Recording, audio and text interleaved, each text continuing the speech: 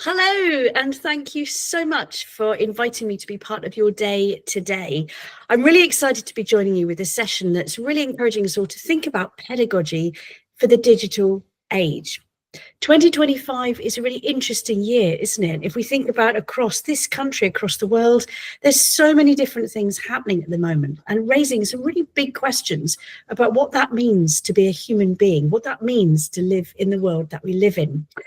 And it invites us also to think about the people that we interact with. I mean, do you work directly with learners? Of course you do. That's why you're here today. But those learners are not just children and young people, are they? They're the colleagues that we work with, the families and the communities that we engage with, the partners, the relationships we have in that broader school community and education system. So when we're thinking today about pedagogy and digital, we're not just thinking about children and young people in classrooms. Of course, that's our main focus, but we're thinking more broadly within the whole concept of schooling and the education system itself. So let's go on a bit of a journey, and the journey is going to look at something like this. We'll first have a little look at some of the research in this space. We'll start thinking about what all this means for pedagogy, why that word and why is that such a focus? And then we'll lean into looking at some of the impact that can happen when we think in this way and what that means for aligning the different strands of the work we do. And finally, at the end of this session, I am going to ask you to commit to at least one action that you will take away straight into your own work, your own role, your own task, your own context. So be braced. That's coming right at the end. And there's a lot of things I'm going to be sharing with you where you might be curious to read more about or find out more about. So I just want to signpost you to this book as well, because that will give you all kinds of further reading, signpost activities, things that you can do if you want to unpack these ideas more. Now, notice the title of this book. From EdTech to PedTech, changing the way we think about digital technology. Let's start there. Why do we need to change the way that we think about digital technology? Well, let's use that as a bit of a launch pad for starting our conversations this morning. And there's all kinds of evidence been written about digital technology over the past few months, years, decades, and I'm sure you'll be familiar with all kinds of findings that starts to surface. Now, there's lots and lots of things that we could explore when we think about research and educational technology or technology in an educational context. But what are the core things that I would like to encourage you to focus on today? Well, here's just a few of those. Now, first of all, UNESCO published a report just over a year or so ago now that talked about this interesting emphasis that the right to education is now increasingly autonomous with the right to meaningful connectivity. It's not just about being connected, having the infrastructure, the devices, the wireless, all those things. It's about that being meaningful. So what does meaningful mean? Opens up more questions than it answers, perhaps. And when we think about the direction of travel in this space, the EdTech spend in the UK alone was over £900 million just last year, according to House of Lords report. And you can see the kinds of figures that represents worldwide. These are huge sums of money. And of course, money is only one part of that. That comes with an investment of time, of goodwill, of thought, of energy, all kinds of things going on. But there is clearly an energy and a direction of travel there. And most schools, not all, most schools are now working towards some kind of ubiquitous device provision. Now, that's not necessarily the same as one-to-one. It often is in that direction, but it's about having devices accessible on demand at the point of need, at the point of learning, or at the point of teaching to support, extend, or enhance existing provision. It's a really interesting thing that, isn't it? On demand at the point of need. So on whose demand and on what point of need? More questions than it answers, perhaps. So let's look at one more bit of research just to sort of bring this to the surface, that TeacherTapp found that about 85% or so of classroom teachers are now incorporating some kind of educational technology into daily classroom practice. Well, what does that mean? Is that about the planning, the preparation, the resourcing, the teaching slides and presentations, PowerPoints? Is that in the auto marking and classroom activities? Is that gathering evidence of work? Is that marking and feedback and assessment and analysis? Is that interventions? Like, where is it? What does it mean? Who's using it? What are they doing? Again, possibly more questions than it answers, but we can see that globally, there is more technology available to us, both in schools and beyond, and more digital skills than ever before. And that's before we even start thinking about the current energy in the system around tech, around artificial intelligence, particularly around generative artificial intelligence. And I want to throw an idea to you, because we hear about these different kinds of Gen AI, ChatGPT, Copilot, Gemini, all these different things, and all the kind of wrap-around tools that they're embedded within that allow different kinds of things to work. So here's a bit of a question. We know that generative AI, through our prompting, can generate questions, much like we use in everyday classrooms all the time. You know, questions to the students, multiple choice questions, open questions. We know Gen AI can help us create those questions based on specific concepts or content or syllabus or curriculum, right? We also know that generative AI can look at students' answers to those questions and can automate the marking and the feedback process, can identify whether an answer is right or wrong, can perhaps grade it, can perhaps look at a rubric and provide some kind of feedback to that. And that's just the relatively straightforward stuff that's relatively mainstream now. So we know the AI can ask the questions and answer the questions. We also know that generative AI can then look at those answers, look at that feedback, look at those trends, and draw out different kinds of analysis from that. And we know that generative AI can use that analysis to create different kinds of intervention pathways or bespoke, personalized intervention resources for students to move them from thinking about this topic to addressing misconceptions or challenging next steps or moving into greater depth. And AI can do that for us as well. So here's the interesting thing: asking questions, hearing the answers and responding to them, and then changing actions as a result of those answers is traditionally where a lot of teacher energy goes, right? And we know that artificial intelligence can do a lot of that for us with our prompting. So here's the question: how can we use artificial intelligence to improve school classroom productivity? But hang on a second. Maybe we just need to reframe that question, because that makes us think specifically about the tools of artificial intelligence, the tech, at the start of that thought processes. So let's just spin that around the other way a minute and ask that question another way. What value should we prompt humans to add to those processes that we know can now be automated? That's spinning the same thinking round to focus on the human at the center. Now, the reason I'm drawing that out as a point is because of something that a great researcher called Kesanathan said some time ago, and I really, really like this framing of it. He says, there's this repetitive cycle of technology in education, right? And you'll see this. That goes through hype, the latest, greatest, exciting thing, and then investment of time and energy and finance and, frankly, goodwill sometimes. And then different kinds of integration of those tools and those technologies, and then lack of educational outcomes. It was all based on hope and intentions.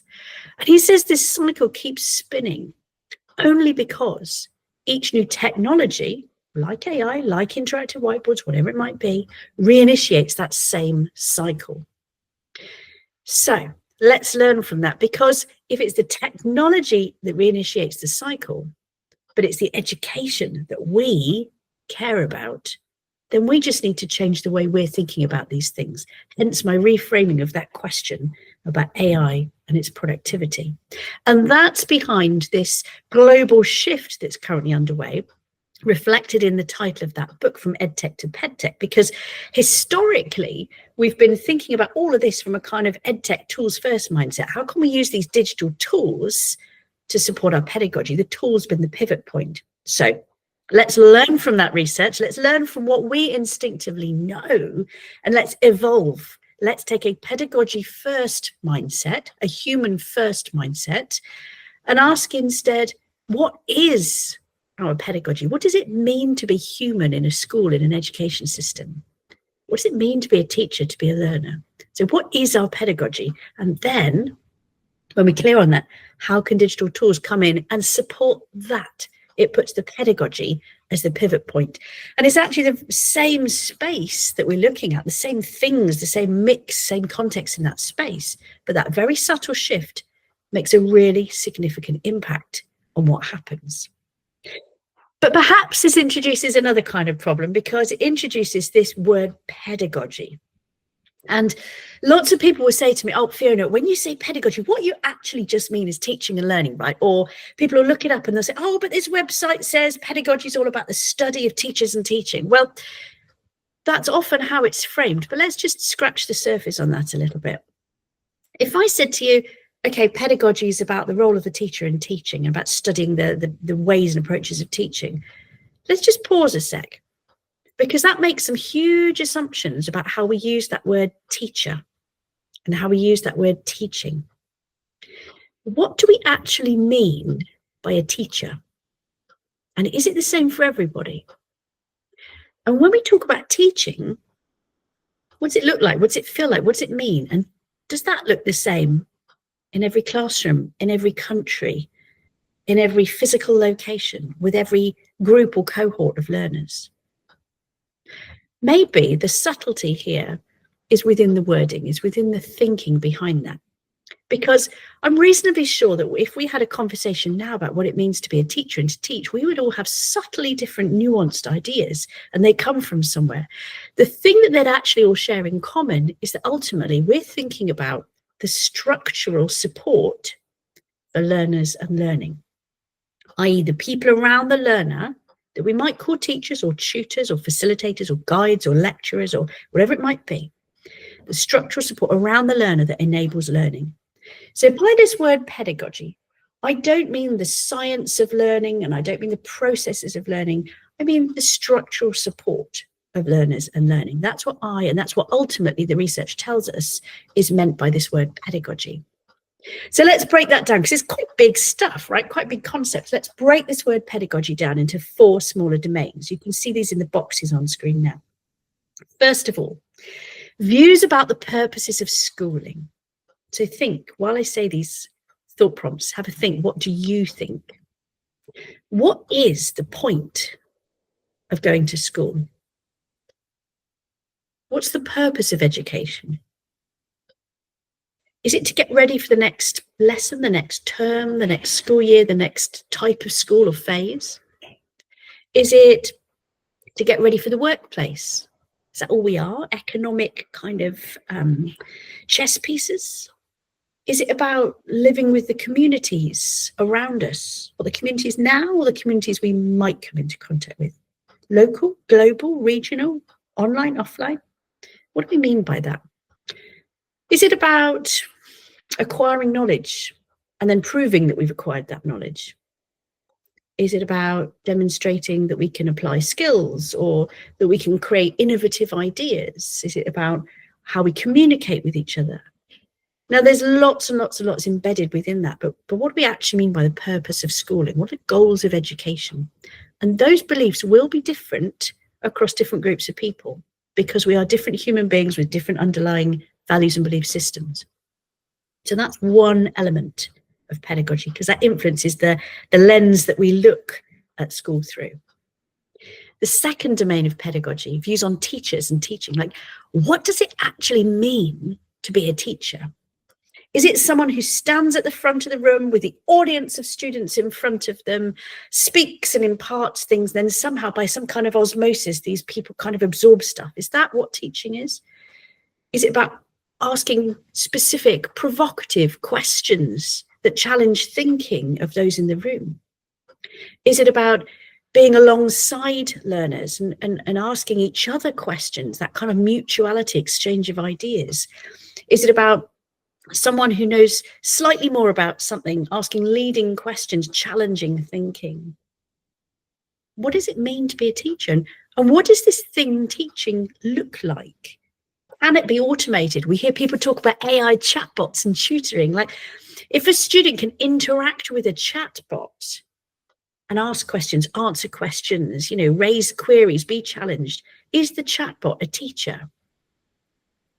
If it is, what's the teacher doing and not doing? Does it matter whether it's human or not? If a chatbot can't be a teacher, and we think that being a teacher is something subtly different, what is it that's different? Therefore, what is a teacher? What does that mean? The third domain of pedagogy, these are big questions, aren't they? The third domain of pedagogy, views around learners and learning. What does it mean to be a learner in a global landscape in 2025? Is learning about receiving knowledge, storing it, and then replicating it? Is that what learning is? Is learning about understanding where to look for different types of information? Is it about being able to communicate things effectively? Is it about being able to demonstrate that you can do things? Is learning something you can see? Like, how do you know if I'm learning something? How do I know if you're learning something? Do we need to know if each other's learning something? Who needs to know that learning's happening? And why does that person need to know that learning's happening? Is the benefit for the learner themselves? Or is the benefit for the observer to learning? Big questions. And then the fourth domain of pedagogy, this thing about views on knowledge and knowing. Like, what do we mean by knowledge? What is knowledge? Where does it come from? Where does it start? Does it end? Does it evolve? Does it change? Does it become recycled?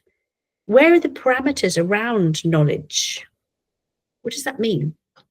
And if we say someone's got knowledge about something, they're very knowledgeable.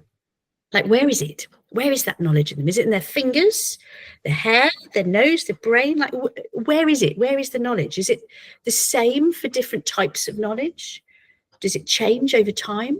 Like, if you can physically hold knowledge, how does it get in? How does it get there? And if people are part of a space where there's a kind of shared sense of knowledge, in that space, where is the knowledge? Is it between people? Is it in the room, captured in an artifact like a book? Or is the knowledge moving, fluid? Does it transfer and change as it moves between people? In which case, if it does, like, how would that knowledge differ in that room between those people, or in that room in those people? Like, how solid or fluid, how changeable, how static is knowledge? And what's the difference between knowledge and knowing something and knowing about something? Like, these are all really, really big questions, aren't they? But we use words like school, teaching, learning, knowledge every day. And yet we might all have completely different ideas about what they mean. Words can be a huge baggage, but also a great lever for communication. So I'm going to give you a first task to do in relation to this. What you see on screen here are 2 QR codes, and they're 2 versions of basically the same activity. And these activities are inviting you to reflect within and to think, what do you think about some of these big ideas that I've just shared with you? What do you personally think? So for each one of those activities, you'll have 4 questions, just 4.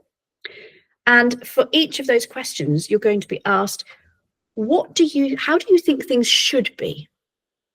So not how things currently are in classrooms that you see and work in, but how do you think things should be? And then the activities will use that information to play back to you the pedagogical belief system that it looks like you're most aligned with as a best fit. Now, this isn't a perfect model, it isn't a perfect activity. It's really complicated because of the things we say and do and how we do them and the baggage of words and lots of methodological issues, but it will give you an idea, it will give you a sense, start prompting that conversation. So we're going to pause for a minute and you're going to try one or both of these activities just to start seeding your thinking about what you personally believe about pedagogy. What's your personal, individual pedagogical belief system?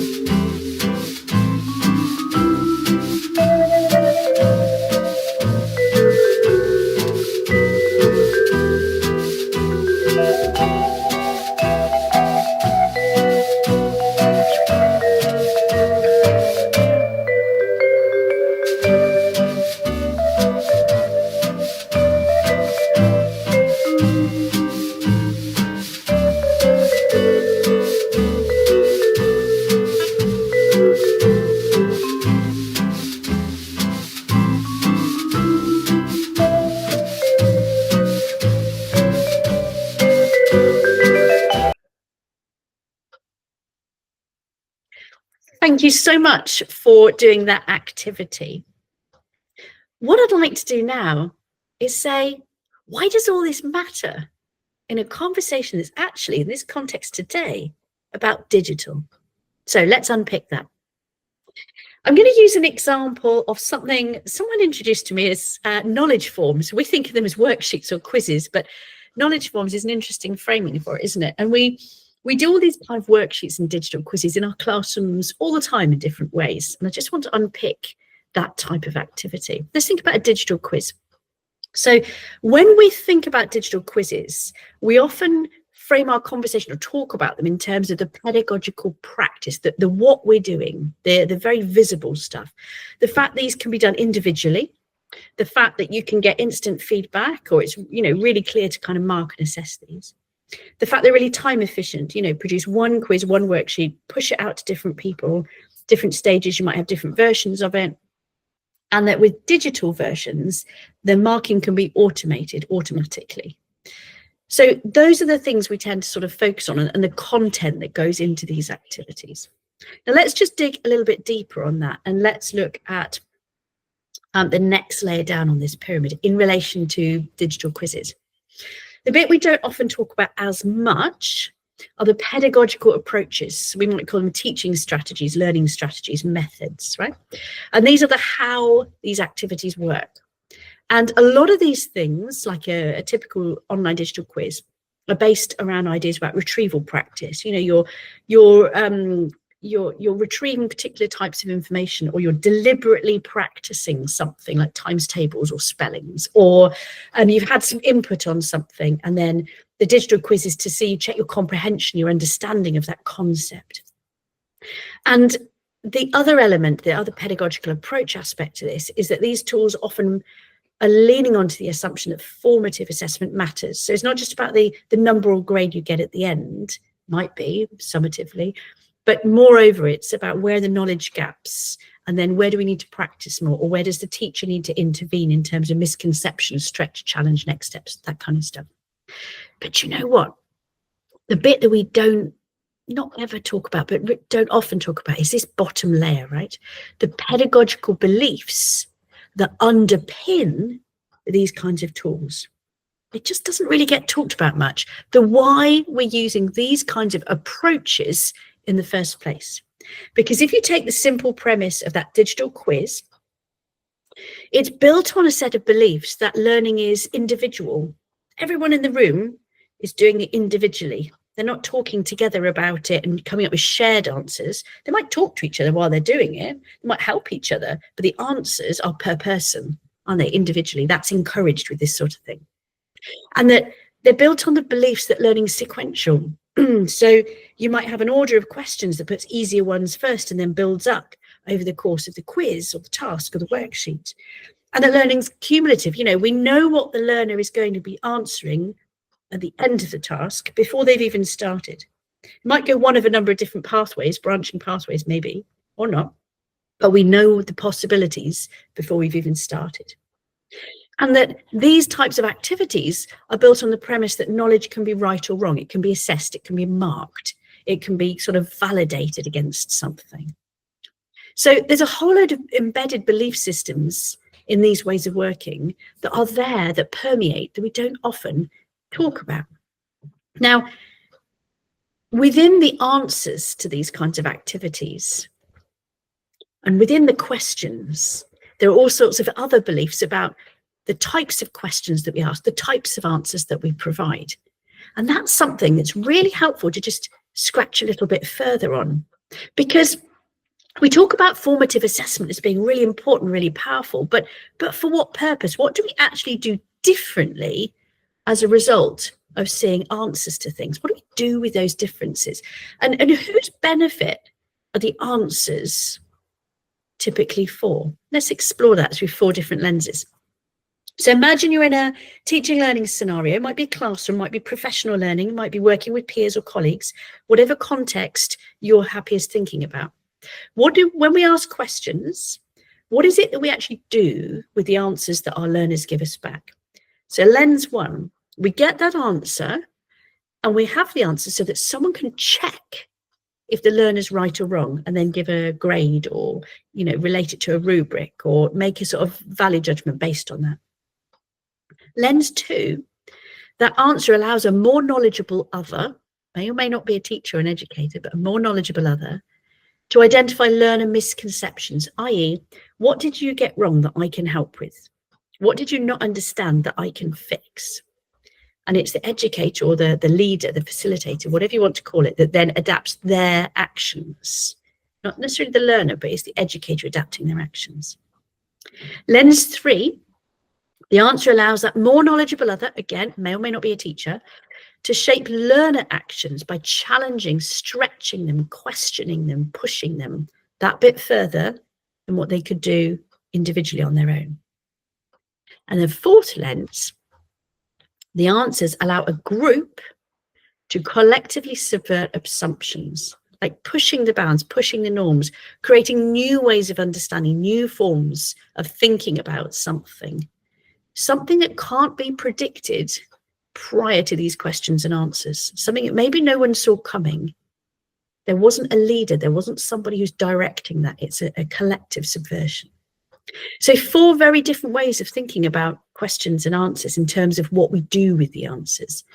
And here's the thing, which of these needs an educator, a teacher, a sort of leader of learning? Which of these needs an educator? Which of these needs a human being? So when we think about how we use digital tools, are we using them to replicate things that humans can do? Are we using them to build capacity to free up humans? Are we thinking about that enough? Which actions need an educator? And which actions even need a human? What kind of lenses are we looking through? Now, a minute ago, you did an activity that looked at your own pedagogical beliefs, and that will influence the lens that you are looking at this through. And it won't be the same across the room. There'll be subtle nuances and differences across the room. That's absolutely normal. And I just want to play back some data that kind of shares an insight into that with you. So I'm going to show you some graphs on screen here. And I want you to first look at the second one in. There's 4 colours on that chart. The dark purple at the bottom represents sort of traditional behaviourist information processing type belief systems, pedagogical belief systems. The kind of pinky purpley lighter one above it represents individual constructivism. The yellow bar represents social constructivist pedagogical beliefs. And the orange one at the top represents socio-cultural pedagogical beliefs. Now you will see across these 4 different charts that represent 4 different sort of types of educator: leaders who are not based in an individual school, leaders who are fixed to an individual school, like a head teacher, deputy head, that kind of thing. Teachers on the far right-hand side across different ages and phases and stages. And then the third one in teaching assistants or learning support assistants. So you can see that there isn't one single uniform trend across role types. You can also see that there isn't one single trend across types of lens and types of role and function.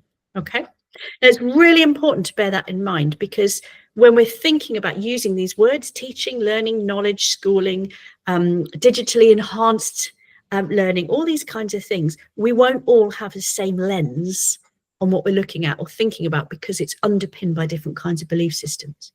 And I just want to step back into AI just for a second, because if you look at the trends that you see here, just focus for a moment on the second and fourth bars, the school-based leader or the teacher, and you see how spread they are across the 4 different belief systems.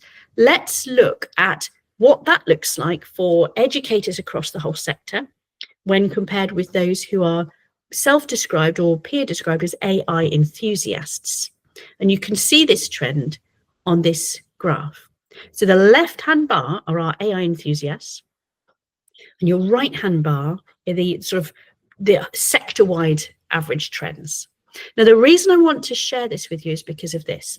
The right-hand bar, sort of general sector average, we have just over half, it's about 60-ish% socially oriented views on pedagogy, socially oriented views on pedagogy. If you look at our AI enthusiasts, you've got well over 40% aligned with traditional behaviorist views, information processing views, and about just over 60% based on individually located pedagogical belief systems. So you've got quite a variance between those two pools of people.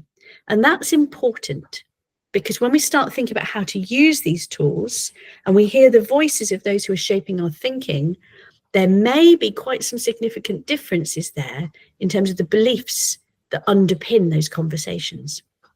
And it's really important to think about that. Do you remember that pyramid, the practices, the approaches, the beliefs? Really important to think about those beliefs, because the words that we use, like learning, teaching, knowledge, formative assessment, summative assessment, questioning, the words that we use might be the same, but the beliefs underpinning them might be quite substantially different. And effective pedagogy, effective practice, is completely dependent upon the belief system that it comes from. It's like walking the walk, talking the talk. So let's just lean into this and look at that effective pedagogy. What does that actually mean, and what does that actually look like? Because we know, don't we? We know that the use of digital tools can make a significant positive impact on learning if you take a pedagogy-first approach. And one of my colleagues over in Sweden completed and shared a study that I think illustrates this beautifully. So the red bars in the middle in each case on this graph illustrate the English and maths results, or literacy and maths results, for students who are not using technology at all. The blue bars show the difference in results when students use technology, often one-to-one device or on-demand devices, with a pedagogy-first approach. But the green bars are when they're using the technology, but without that pedagogical belief underpinning. In other words, using the tech without this kind of pedagogy-first approach can actually make things worse. It's not just about maintaining or being the same. It can actually make things worse. So we need this pedagogy-first lens. And when we think about the impact that technology has, the way that we look at the impact really, really matters, because as a sector, we become a little bit over obsessed with some of the quantitative, the measurable ways of looking at learning. You know, we fixate on attainment scores in a narrow set of subjects at narrow points in time, or attendance or metrics, things that can be easily measured and counted. Yet most educators in conversation, when we talk about what we value, it's not necessarily that stuff. That's the accountability measures. The stuff that we value is much more descriptive, is much more human oriented. So when we're thinking about impact, we need to monitor what we value, not just start valuing the stuff that's easy to count and easy to measure.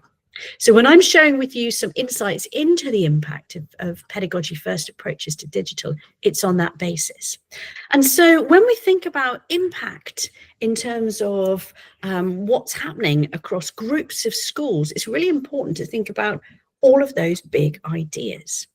Now, I want to share with you an impact study that looked at the use of all the tools you can see on screen at the moment across their group of 9 schools, and they wanted to know, what difference is it making? What is that impact? Now, this group of 9 schools, the Leo Academy Trust, represents around about 5,000 learners and 600 members of staff. And when we started to think about the impact of all that digital technology, we really uncovered all kinds of different lines of inquiry. So over the period of about 12 months, we worked as a group of 17 researchers, myself as an independent lead researcher, supported by a group of 16 senior and executive leaders, each bringing their own eye of specialism to that. So we had colleagues ranging from the director of English, director of maths, head teachers, digital leads, all kinds of different areas of expertise coming together to critique, to challenge, to explore, to probe, and really find out what difference all of these digital things are making. Now, it's really important in this context at the Leo Academy Trust to think that we were looking at a strategically chosen digital package of tools, the ones you've just seen the icons of on screen a moment ago, that it was underpinned by a one-to-one on-demand device culture. So every young person, every member of staff has a one-to-one Chromebook. It allows them to access these tools on demand at the point of need. And that is a critical element of this particular study. So over that year, we gathered all kinds of different data insights, and you can see on screen they ranged from thousands of surveys to lots of documents, lots of observations, focus groups, research interviews, and so on. And then we pulled together a huge amount of data to really challenge, critique, probe, really explore and unpack some of what was going on. Now, those findings are presented in our 185-page research report, and I'm going to give you just a few of those findings in a moment. But what we also did, because that was published in December 2023, we reviewed those findings 1 year on, and those findings have just been published in a much shorter report in January 2025. And that looks at things like the growth in additional schools that have joined the Trust since the original report, new forms of technologies like artificial intelligence, and sustained and succession planning within the approach that this Trust of schools are taking. Now, I just want to kind of drop you into some of the classrooms so you get a sense of what this kind of thing looks like in practice. And this photo is maybe a typical classroom across Leo. What you'll see is a whole range of different things going on. Look at the tables, the desks. You'll see children have a mix of digital tools, paper, whiteboards, physical objects. You'll see some young people have headphones, some have styluses, some are using their fingers on keyboards and touch screens. The screens themselves, you'll notice they're all slightly different. They're not necessarily looking at the same thing, but they are all focused on the same learning intention in terms of the classroom provision. You'll also see a range of things happening which are more subtle, where there's stretch and challenge for some young people, where there's additional support for others.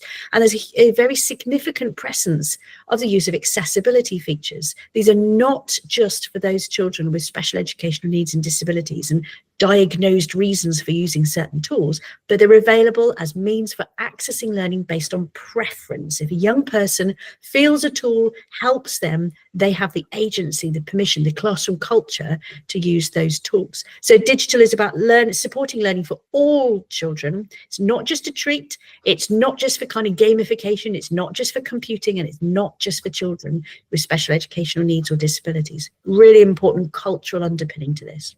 So after 3 years of this way of working, what is the impact? Well, let's look at some of those measurables first, because everyone's always interested in those and the graphs. The green bars you see on screen show the national averages across core subject attainment over the last 4 years. So like reading, writing, maths, and key stage outcomes. The orange bars are those same data sets averaged across Leo Academy Trust schools. And you'll see there's an outperformance there. Now, the interesting thing for me as researcher is not actually outperformance, because there's a whole load of things that can affect that. The interesting thing is that the gap is growing over time, and sustainably so. As young people have this embedded way of working and are cumulatively benefiting from it year on year, so that outperformance keeps growing. And there's a whole range of other quantitative measurable findings as well. So those higher levels of attainment, greater depth, higher attainment, are more than triple the national average. We see progress within years accelerated by around about more than a year's worth on average.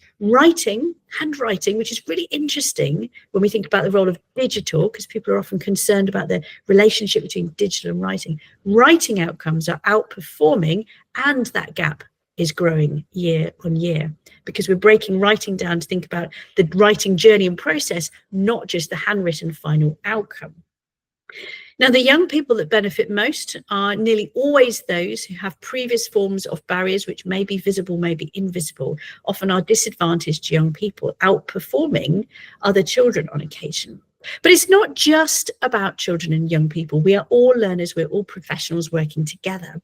And so these digitized ways of working are also doing things like reducing teacher workload, improving attendance, both for children and adults, reducing behavioral issues, because classroom time is being used more purposefully, more efficiently, increasing staff satisfaction with its knock-on implications to recruitment and retention, and consequently creating this kind of sticky learning culture, sticky community that people want to be part of. So net mobility, movement in and out of the different schools for children and adults, less than 10% of the regional average. That's really powerful in terms of stability and continuity. There's one other quick thing I want to share with you in terms of quantitative findings. And that relates to special educational needs and disabilities, because nationally, we're seeing the SEN register rising, aren't we? Different kinds of needs coming into our classrooms over time. And we're seeing that everywhere, particularly around behaviour, emotional, anxiety, mental health, all these kinds of things. The needs are going up, and that is exactly the same at Leo Academy Trust schools. However, because of this equitable, dignified, on-demand, at the point of learning way of working that's personalised to each young person and each member of staff, the level of need for intervention is gradually going down at the Leo schools. The thinking differently about the ways to meet children's needs is having a very real and very tangible effect on those additional interventions required. So if you want to find out more about that research and about these data findings, you can see the reports and a QR code to reach those on screen now. But earlier on, I spoke about the importance of thinking not just about quantitative findings, that kind of tip of the iceberg, easy to access stuff, but the descriptive, the humanness of education, that stuff below the water, iceberg evidence, being really, really critical. So I just want to touch on that very briefly by asking this: how much do we actually know about what learners spend their time doing at school? What do they actually spend their time doing? Now, we know what's in the timetables, don't we? We know what's in our planning. We know what we intend to happen. But how much do we know about what they actually spend time doing? And sometimes we can be surprised by things like how long learners spend waiting, or how much time learners spend sitting and listening. All kinds of things that are interesting to surface out of that. And does digitizing any of it make a difference? And what do we mean by making a difference? So here's just a quick example. In that particular study, we gathered lots of different types of everyday classroom practice, things like sorting, classification, drafting, editing, retrieval practice, the one you can see on screen here, partitioning two-digit numbers, all kinds of things. And we just looked at the difference when that's conducted in a digitized way of working versus a traditional non-digital way of working. And then we did a bit of a compare and contrast, both in terms of the timing and in terms of some of the other things around that, like the role of talk and interaction and communication and independence and all kinds of things. And when we aggregated the data, we found this, that when we compared traditional and digital tasks, there was a difference in the amount of time between the teacher input and the task itself, reduced by more than 20%. Of the time. The tasks themselves, when digitized, tended to be completed in less than 13% of the time of a non-digital task, and that transitioning on to the next thing was about 75% quicker. So you've got this increase in pace in classroom efficiency within the room. And what that did is it increased capacity for learning by around about 23% when aggregated and averaged out. Now, the interesting thing for me isn't that you've got this more efficient, more effective, more time productive classroom. It's the implications of that the interesting bit. Because when something's more efficient, it opens up this capacity for learning. And when you have that capacity, when people are together, what do? They start to talk. And that's exactly what we see with young people. But if you've got a pacey, focused learning culture around that talk, rather than becoming distracted by like, oh, my pencil's rolled off the table, where's my glue stick? Rather than that stuff, it becomes focused on the content. And of course, what does that do? It encourages content, subject-specific vocabulary. And if we have an increase in subject-specific vocabulary, what happens? We're accessing higher order aspects of thinking, of content, of questioning, and that's the magic ingredient that leads us on to that greater rate of progression and ultimately higher levels of attainment. And it's that top slice of this that encourages metacognitive thinking, metacognitive behaviors, and that metacontextual knowledge, that application of different forms of knowledge and understanding across context. So the progression, the capacity, the efficiency can lead to those higher levels of attainment, but we need to think of it as stepping stones across a river rather than one great big leapfrog. So here's my top tip. When you think about digital in the context of your learners, your school, your context, I want you to do something for me, for us, for the young people, for the learners that we work with. I want you to ban the word screen time. And I want you to ban the word devices. And the reason for doing that is because we want to be far more specific, because that's where the magic sits. When we think about what we mean by screens and devices, we're typically bunching a whole load of stuff under one heading, aren't we? From amazing, transformational, innovative, brilliant, high impact uses right the way through to sending yourself off to sleep and doom scrolling and wasting our lives away. We mean everything under that same umbrella, and it's just not helpful, is it? It brings all kinds of negative associations to the words screen and device, and we don't want that. That's not helpful. It gets in the way of progress. So instead, let's chop it down a bit and think about these three categories. Passive uses of screens and digital are things where we stare at something and then move something about, doom scrolling, watching videos, watching stimulus, kind of just browsing, surfacing. We're getting some dopamine hits because we see stuff. It's quite engaging, it's quite rewarding. People are quite motivated by it, you know, all great and fine. But we want that as a form of chilling out, relaxing, whatever we might call it, has no place in a schooling environment, in a classroom environment that is there to support learning. Passivity, whether it's digital or otherwise, will not bring a positive impact on learning, will it? We know that. Where we do see a positive impact on learning is where we see more active engagement, where we have this sense and react dynamic going on. So we see things, we hear things, we watch things, but we're doing that in order to react to it. So we're looking things up in order to answer questions. We're watching a video in order to develop a skill or practice something, short sound bites. We're timing something in order to increase, fluidity in what we do. We're sensing something in order to react to it, in order to lead somewhere else. And that's where we start to see an impact on learning. Where we see the greatest impact, of course, is we're in that metacognitive space. So we might think of that as think and enact. So we have a digital stimulus or something that we're doing, and then we have to enact that thing. For example, we share a piece of work on a collaborative document in order to receive comment or voice note feedback, in order to improve our own work. Those kinds of things, where there's a causal link between us and other things that are being enacted.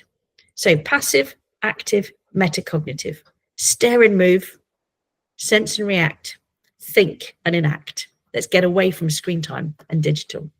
And the reason all of this is super important is because of one really important concept called pedagogical alignment. Because if we're clear on what our pedagogical beliefs really are, how learning is structurally supported, then we can set out very clear intentions about what we want to do, whether they're system-wide, school-wide, department-wide, strategy-wide, classroom-wide, even group-wide, very clear intentions. And if we have those clear intentions, then we can choose and use the most appropriate strategies, pedagogical strategies, to bring those to life, whether they're teaching strategies, learning strategies, classroom management strategies, whatever they might be. And if we get those strategies aligned with our belief systems, then our actions, our everyday practice is living out what we deeply believe is the right thing to do for the learners we work with. And that means that what they experience and what they then internalize is what we believe it should be.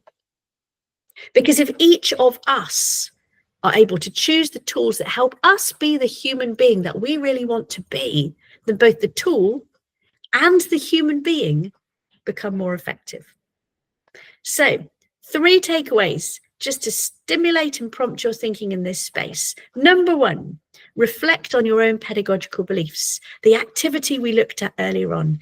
Keep revisiting that. Do it with family, do it with friends, do it with peers and colleagues. Keep talking about what you really mean by those words: teaching, teachers, knowledge, learners, learning, schooling, education. What do you really mean by those? The more you talk about it, the clearer, the sharper that lens becomes.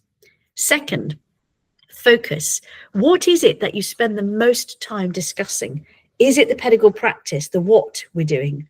Or is it the strategies, the pedagogical approaches, the how we're doing those things?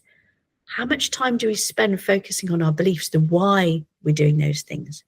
And where do you want to channel your energy most? Where should our conversation be? Is it where you want it to be? And then third, thinking about that pedagogical alignment. To what extent are the learners, children, adults, communities, the learners that you work with, actually experiencing and internalizing the things that you really intend for them? Moving beyond assumptions, how do we know what they're experiencing and internalizing? This digital divide that we know still exists is no longer just about access and connectivity, is it? It's now also a direct reflection of the choices each of us make in our everyday practice. We know that pedagogy-first approaches to the use of digital are having a transformational, high-impact effect in schools, in classrooms, in different places. Surely every young person deserves to benefit from high-impact, effective education. And that's our role. That's our takeaway from today. So I'm going to leave you with one final activity. Which is zap that QR code and think of just one action you are going to take away as a result of this session. And I want you to commit to that one action and make sure that happens this afternoon, tomorrow, this week, but soon, because that's what will start moving us on in our evolution of our collective thinking. Thank you so much for your time and for the invitation to share these things with you today. And I hope you have a fantastic day together.